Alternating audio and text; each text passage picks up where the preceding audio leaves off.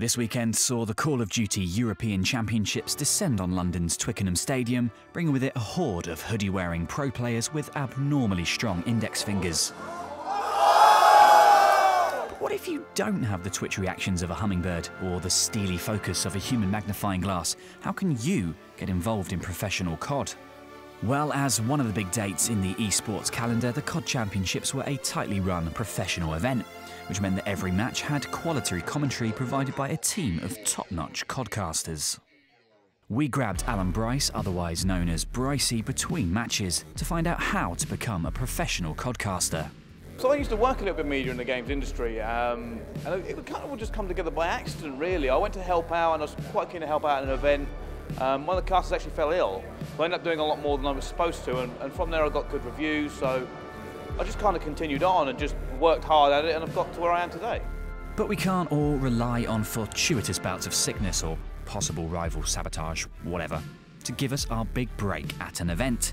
Luckily, Bricey says that there's plenty that you can do from home. I used to actually be primarily at home casting, and there are always companies that want to try streaming and get involved. And you know what? Everybody needs that experience. You can't realistically come to an event without that experience, so you just need to get on and do it. Everybody wants to start an event because it's actually quite a quick way into the limelight. But some of the casters that come through without going through that background are noticeably worse, to begin with anyway. But the problem is that you all get jobs on how good you are. So if you're coming straight in and you're putting in, oh, what about this guy? And they go, well, he's no good. That's a very hard reputation to shake. While your reputation as a caster clearly matters, you don't also have to be a COD god to commentate a game well. I was not a good player before. I just kind of like the competitive intensity of it all.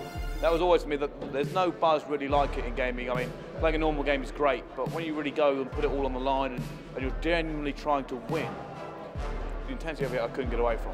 Nowadays, I put so much work into research and talking to the pros and continuing on and everything like that.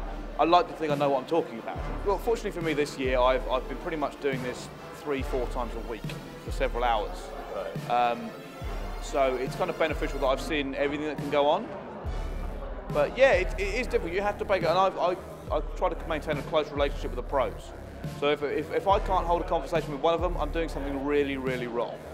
And that's another trade secret. It's important to get to know the pros and get the inside scoop on their tactics, even though they might be reluctant to spill the beans. I have a very good relationship with these pros. I talk to them, I consider some of them very good friends. So it's quite casual around me. They know for a fact that realistically I'm sort of like a gateway between the public and them. So they would rather I knew what they were doing so it could be explained to the public. So it's kind of like you both benefit each other. They want to talk to me because they know that realistically I'm going to be the one talking about them to everybody else. Letting out your inner social butterfly to smooth talk the teams into revealing their tricks is all well and good, but you need to have something to say even if the match doesn't make for the most riveting watching.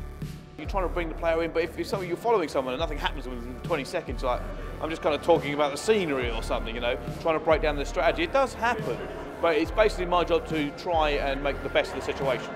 Camping isn't too bad if there's a reason behind it.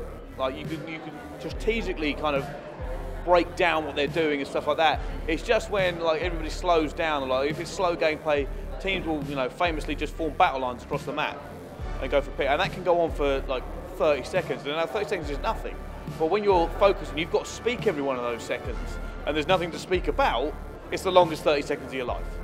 So it takes vocal cords and cojones of steel to be a big name CODcaster. You gotta have the knowledge, the relationships and the skill to pull it off. Oh yeah, and you gotta work hard. Here's Bricey's final thought. My philosophy has always been just treat it like any other job. If you want to be professional, then be professional from the beginning. I've always just tried to work hard and honest, and that's just kind of the way I've done it. If you work hard and you work honest, then somebody will take notice and you'll get your shot. It's that you can't just jump in, expect to be given all the opportunities and then take off. If it takes years, it takes years. But if you're hard, honest, and good, someone will notice.